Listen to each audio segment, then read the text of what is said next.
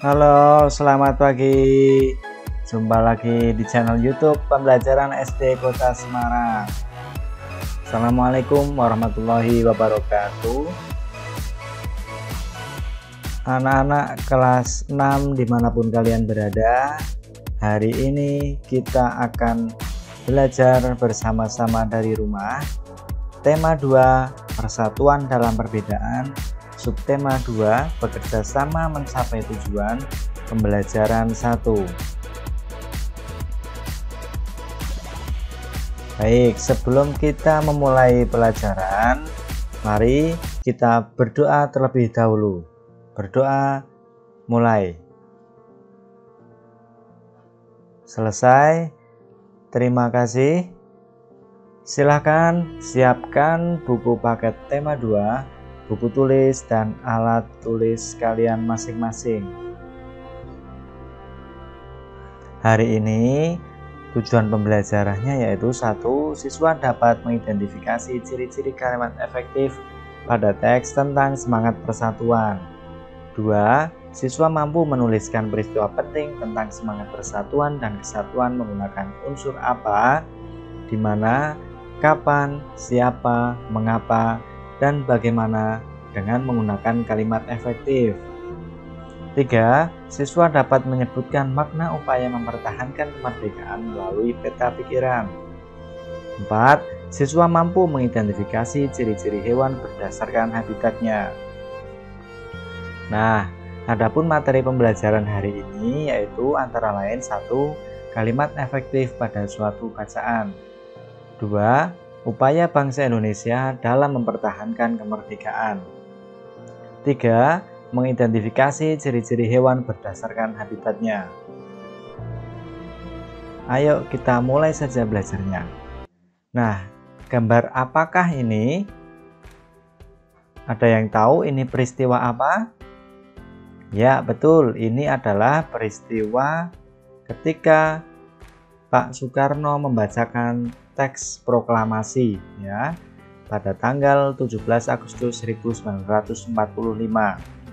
Sejak saat itulah Indonesia sudah merdeka. Akan tetapi, apakah sesudah Indonesia merdeka ini sudah terlepas dari penjajahan bangsa asing? Ayo kita pelajari bersama-sama. Setelah proklamasi kemerdekaan Indonesia 17 Agustus 1945, seharusnya bangsa Indonesia telah merdeka dan terbebas dari segala bentuk penindasan serta penjajahan. Namun, kenyataannya tidak demikian. Bangsa Indonesia masih perlu berjuang mempertahankan kemerdekaan Indonesia. Mengapa? Ayo membaca. Mari kita baca teks bacaan berjudul Perjuangan Mempertahankan Kemerdekaan Indonesia yang ada di buku siswa halaman 44. Setelah proklamasi kemerdekaan Indonesia 17 Agustus 1945, bangsa Indonesia ternyata masih terus berjuang mempertahankan kemerdekaan Indonesia dari gangguan bangsa asing yang datang, seperti dari pemerintah Belanda. Pasukan Belanda kembali datang ke tanah air. Kedatangan ini disambut dengan berbagai bentuk perlawanan oleh bangsa Indonesia, sehingga sejak tahun 1945 sampai 1950 telah terjadi berbagai macam pertempuran di berbagai daerah antara pihak Indonesia dengan pihak Belanda yang dibantu oleh pasukan Inggris. Nah, ini ada teks berjudul Pertempuran Surabaya, ada di buku siswa halaman 45. Pertempuran Surabaya pada tanggal 25 Oktober 1945, tentara sekutu yang dipimpin oleh Brigadir Jenderal Maleby, tanggal 27 sampai 30 Oktober 1945 terjadi kontak senjata antara para pemuda Indonesia dengan pasukan Inggris. Dalam pertempuran ini, pasukan Inggris dapat dipukul mundur. Bahkan, puncak dari pertempuran tersebut adalah terbunuhnya pemimpin pasukan Inggris, Brigadir Jenderal Maleby. Pada tanggal 9 November 1945, Inggris mengeluarkan ultimatum yang berisi semua pimpinan dan orang Indonesia yang bersenjata harus melapor dan meletakkan senjatanya di tempat yang ditentukan dan menyerahkan diri dengan mengangkat tangan. Namun, ultimatum tersebut ditolak oleh pihak Indonesia. Pada tanggal 10 November 1945, terjadi pertempuran yang sangat dahsyat. Pasukan Inggris menggempur Surabaya dari darat, laut, dan udara. Peristiwa 10 November ini diperingati sebagai Hari Pahlawan. Nah, berdasarkan teks pertempuran Surabaya, istilah peta pikiran berikut menggunakan kalimat efektif. Ada di buku siswa halaman 45. Pertempuran Surabaya. Nah, kita akan mencoba menuliskan informasi yang penting ya berdasarkan ini. Pertanyaan apa misalnya? Pertempuran Surabaya. Nah, kemudian ini, mengapa bisa terjadi pertempuran Surabaya? Rakyat Indonesia menolak ultimatum pihak Inggris.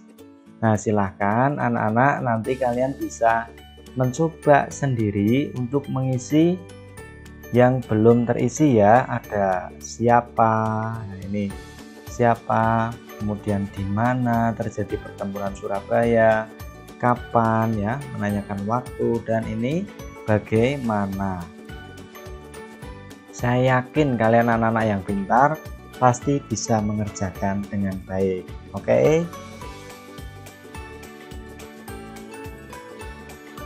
Kamu dapat mengembangkan peta pikiran yang telah kamu buat menjadi sebuah tulisan baru dengan menggunakan kata-kata sendiri. Sebelum menulis, perhatikan ciri-ciri kalimat efektif berikut. Kalimat efektif adalah kalimat yang mengandung gagasan pembicara atau penulis yang terdiri atas kata-kata yang mempunyai unsur SPOK atau subjek, predikat, objek, dan keterangan. Ciri-ciri kalimat efektif. 1. Memiliki unsur penting atau pokok, minimal unsur subjek dan predikat. 2. Menggunakan struktur bahasa yang tepat.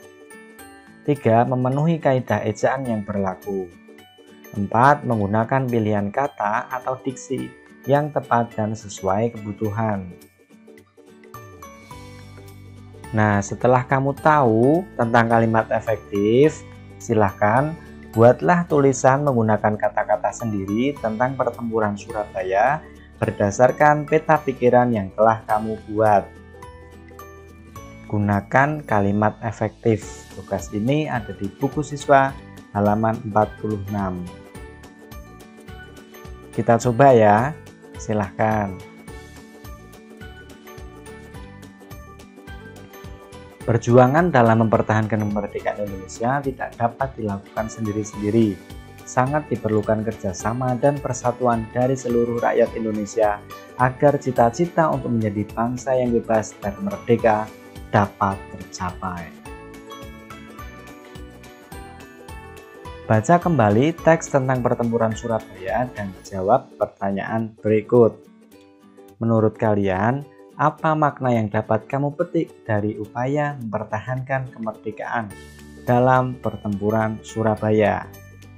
Tugas ini ada di buku siswa halaman 46. Coba kamu tulis sendiri di buku tulismu ya, tentang makna mempertahankan kemerdekaan dalam pertempuran Surabaya. Pertempuran Surabaya adalah satu dari sekian banyak upaya yang dilakukan oleh bangsa Indonesia dalam mempertahankan kemerdekaan Indonesia. Masih banyak perjuangan lain yang dilakukan di berbagai daerah, misalnya pertempuran Ambarawa, pertempuran Medan Area, Bandung Lautan Api, agresi militer Belanda I, dan agresi militer Belanda yang kedua. Untuk menambah wawasan kalian, silahkan kalian bisa membaca tentang perjuangan bangsa Indonesia di daerah lain ya. Nanti informasi ini, tugas ini kalian akan mempresentasikan pada pembelajaran kelima. Jelas? Tahukah kamu bahwa perjuangan dalam mempertahankan kemerdekaan Indonesia dilakukan dengan berbagai strategi yang disesuaikan dengan kondisi daerah masing-masing. Selain itu, persatuan dan kesatuan merupakan hal yang sangat penting dalam mempertahankan kemerdekaan dan keutuhan Negara Kesatuan Republik Indonesia. Setelah belajar tentang sejarah perjuangan mempertahankan kemerdekaan, sekarang kamu akan mempelajari tentang cara hewan menyesuaikan diri dengan lingkungan tempat tinggalnya.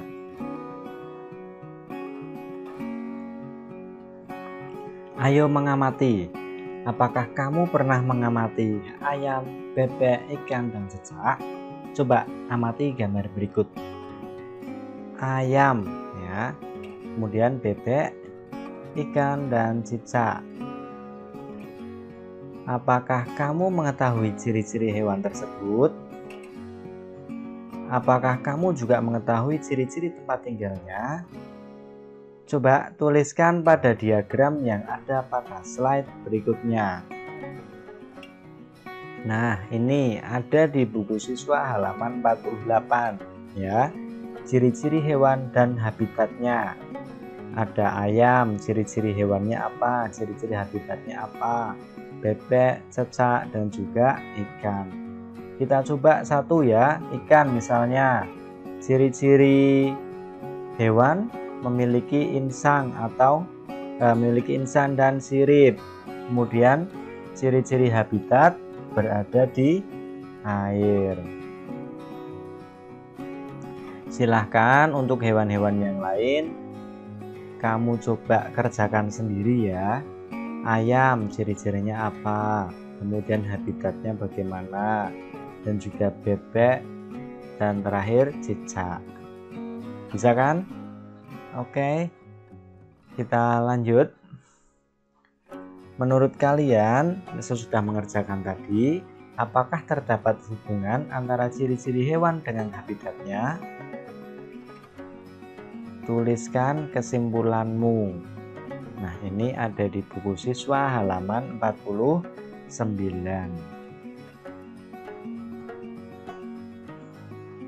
Tuhan menciptakan makhluk hidup dengan segala keunikan dan keistimewaannya, tidak terkecuali hewan.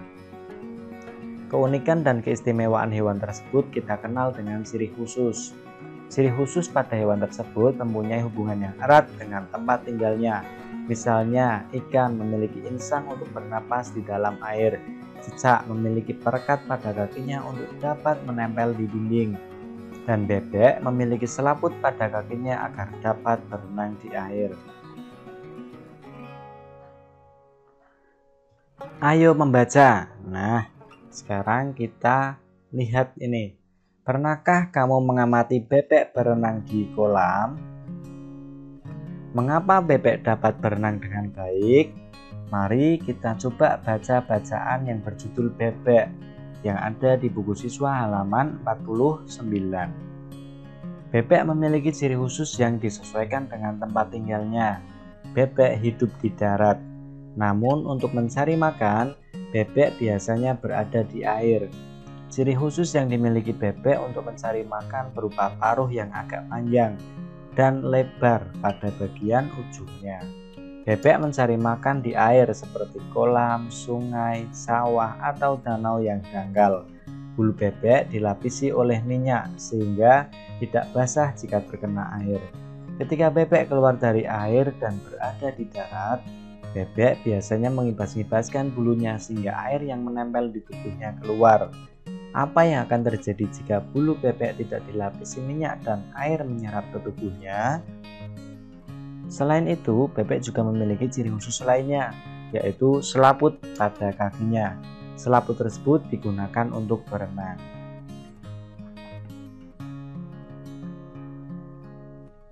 Sekarang, ayo kita mengamati. Amati 3 hewan yang ada di sekitarmu. Berdasarkan pengamatanmu, catat ciri-ciri khusus hewan tersebut beserta habitatnya. Tulis laporan berdasarkan pengamatanmu. Nah, ini sudah ada tabel ya di sini ya. Ada nomor hewan, ciri-ciri khusus, dan ciri-ciri habitat. Tapi ini nyarinya hewan yang ada di lingkungan tempat tinggalmu saja ya. hampir sama dengan tugas sebelumnya. Nah, kamu dapat melengkapi laporanmu dengan membaca berbagai sumber bacaan. Tulis laporanmu pada tabel berikut. Nanti kalian bisa tulis kesimpulan berdasarkan hasil pengamatanmu. Tugas ini ada di buku siswa halaman 50. Baik, kesimpulan dari kegiatan pembelajaran hari ini yaitu 1. Bangsa Indonesia masih harus berjuang untuk mempertahankan kemerdekaan setelah peristiwa proklamasi ya. Tadi ada banyak pertempuran di berbagai wilayah kepada Belanda ataupun pihak Inggris. 2. Sebelum menulis kembali suatu bacaan, kita dapat membuat peta pikiran terlebih dahulu dengan memperhatikan kalimat efektif. Nah, kalian tadi juga sudah mengenal ya ciri-ciri kalimat efektif. Yang ketiga, setiap makhluk hidup memiliki ciri-ciri khusus yang berpengaruh pada habitatnya. Misalnya tadi ada bacaan tentang apa? Bebek ya. Bebek itu kondisi paruhnya bagaimana, kakinya bagaimana ya. Kemudian itu juga berpengaruh terhadap tempat tinggalnya. Baik, sekarang kita akan mencoba berlatih asesmen kompetensi minimum tentang literasi ya.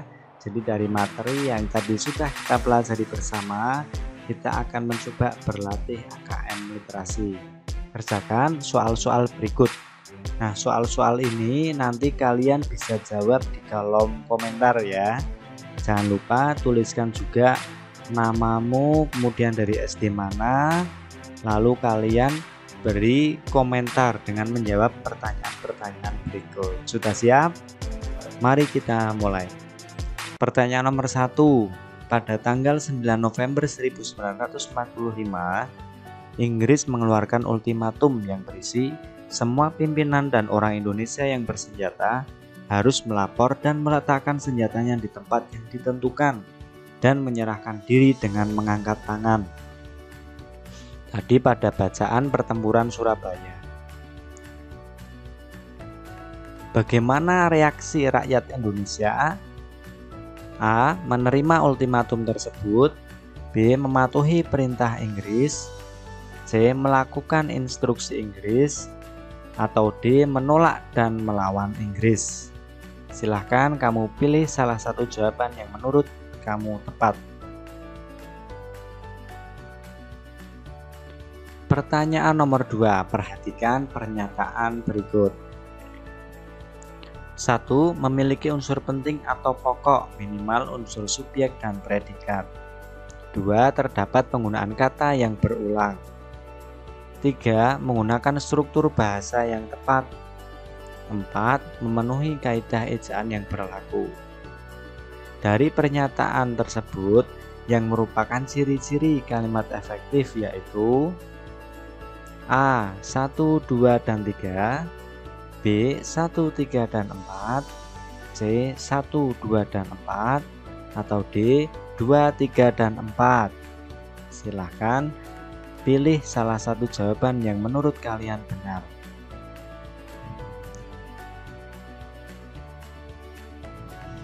Tiga, perhatikan pernyataan-pernyataan berikut. Nah, ini ada kolom nama hewan, ciri-ciri hewan, dan ciri-ciri habitat.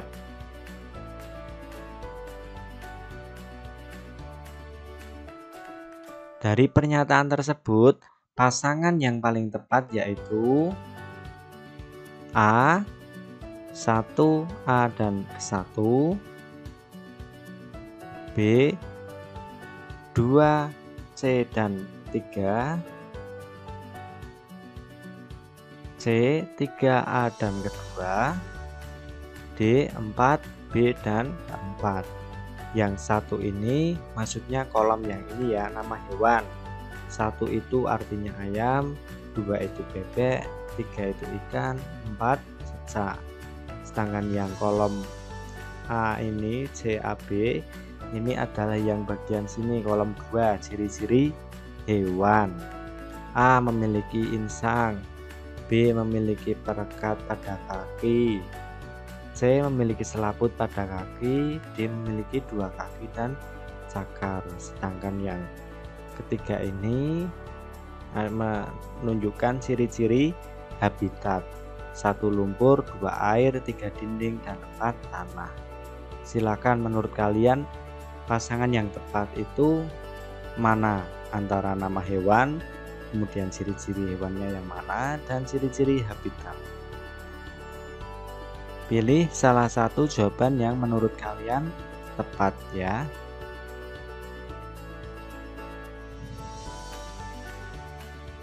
Jangan lupa nanti ditulis di kolom komentar ya, dituliskan nama kalian, kemudian dari SD mana dan jawabannya apa saja, pertanyaan nomor 1, 2, dan 3. Begitu ya. Baik, setelah kita mencoba mengerjakan AKM tentang literasi, kita coba merefleksi kegiatan pembelajaran hari ini. Silakan nanti bisa dijawab sendiri ya sebagai pertanyaan refleksi. 1. Apa yang kamu pelajari dari kegiatan hari ini? 2. Apa yang sudah kamu pahami dengan baik? 3. Apa yang belum kamu pahami? 4. Apa yang akan kamu lakukan agar lebih paham? 5. Apa yang kamu lakukan jika kamu sudah memahaminya? Dan 6. Sikap apa yang dapat kamu terapkan dalam kehidupan sehari-hari? Terima kasih kalian sudah mengikuti pembelajaran hari ini dari awal sampai akhir. Terima kasih kalian sudah belajar dengan hebat.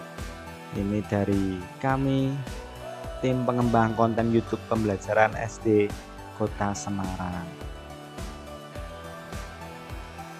Sampai jumpa di pembelajaran selanjutnya ya. Jangan lupa ikuti terus channel kita agar tidak ketinggalan materi-materi ini. Ada tim dari kita, editor, ada Bu Riandia Pratiwi dari guru SDN Pelalangan 03 dan mengisi suara saya sendiri, Tiga Prestama, guru SDN Pelalangan 03.